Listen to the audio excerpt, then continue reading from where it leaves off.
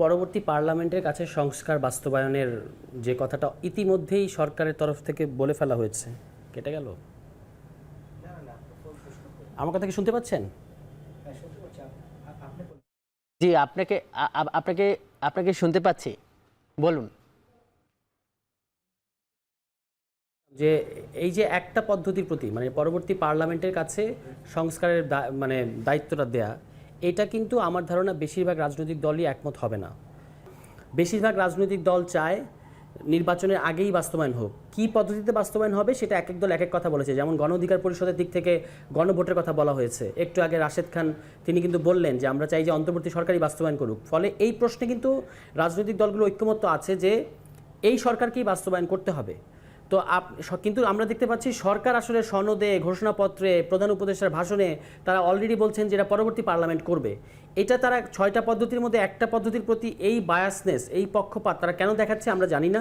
এবং আমি মনে করি যে কিন্তু স্যার আপনারা সরকারের সমালোচনা করছেন, আপনাদের বিভিন্ন বক্তব্য, বিবৃতি কিংবা এই ধরনের ব্যাপারগুলো তো আছে যে এই সরকার আপনাদের সরকার, ছাত্র জনতার সরকার। মানে এই সরকার কি এখন, মানে অনেকে আবার এটাও বলছেন যে একটা এক্সিট পয়েন্ট খুঁজছে, এরকম কিছু? মানে না, সরকারকে তো একটা সময় যেতেই হবে। এখন এক্সিট পয়েন্ট বলতে যেটা বোঝায় যে আমি কোনো রকমে আমার যেটা টাস্ক সেটাকে না সেরে আমি একটা কোনো রকম কারোর কাছে ক্ষমতা দিয়ে চলে গেলাম, এটা যদি এই সরকারের পরিকল্পনা হয় তাহলে সেটা খুবই খারাপ। এবং আমাদের সরকার বলতে আপনি বললেন যে এটা ছাত্র জনতা সরকার, তো ছাত্র জনতা সরকার মানে এটা গণ অধিকার পরিষদেরও সরকার, এটা এনসিপিরও সরকার, এটা বিএনপিরও সরকার, এটা বাংলাদেশের মানুষের সরকার।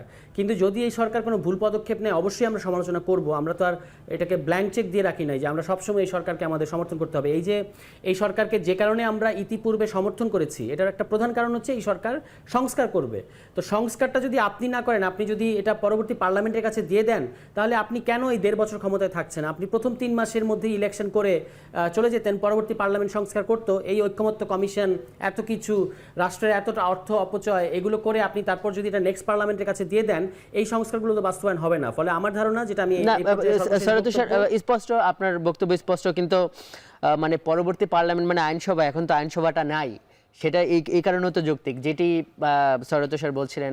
রাশেদ খান, আপনার কাছে যাই, এই বক্তব্যের ব্যাপারে কি বলবেন যে এখনই বাস্তবায়ন? আর আপনারাও গণভোটের কথা বলেছেন, বাস্তবায়নটা আসলে কিভাবে হলে ভালো হয়? রাজনৈতিক দলগুলোর মধ্যে তো এখনো দূরত্ব।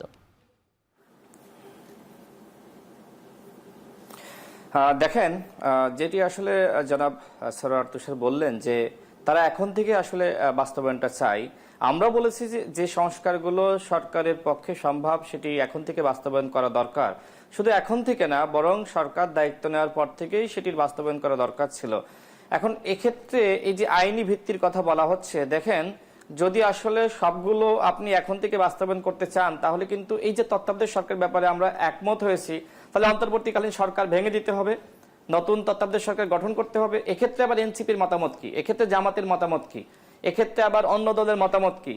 এখন যদি ডক্টর মোহাম্মদ ইউনূসের নেতৃত্বাধীন এই সরকারকে ভেঙে দেওয়া হয়, যদি আমরা ওই তত্ত্বাবধায়ক সরকারের ব্যাপারে যেহেতু আমরা একমত হয়েছি এখন থেকে বাস্তবায়ন, তাহলে তো আরেকটি সমস্যা বা সংকট সৃষ্টি হতে পারে।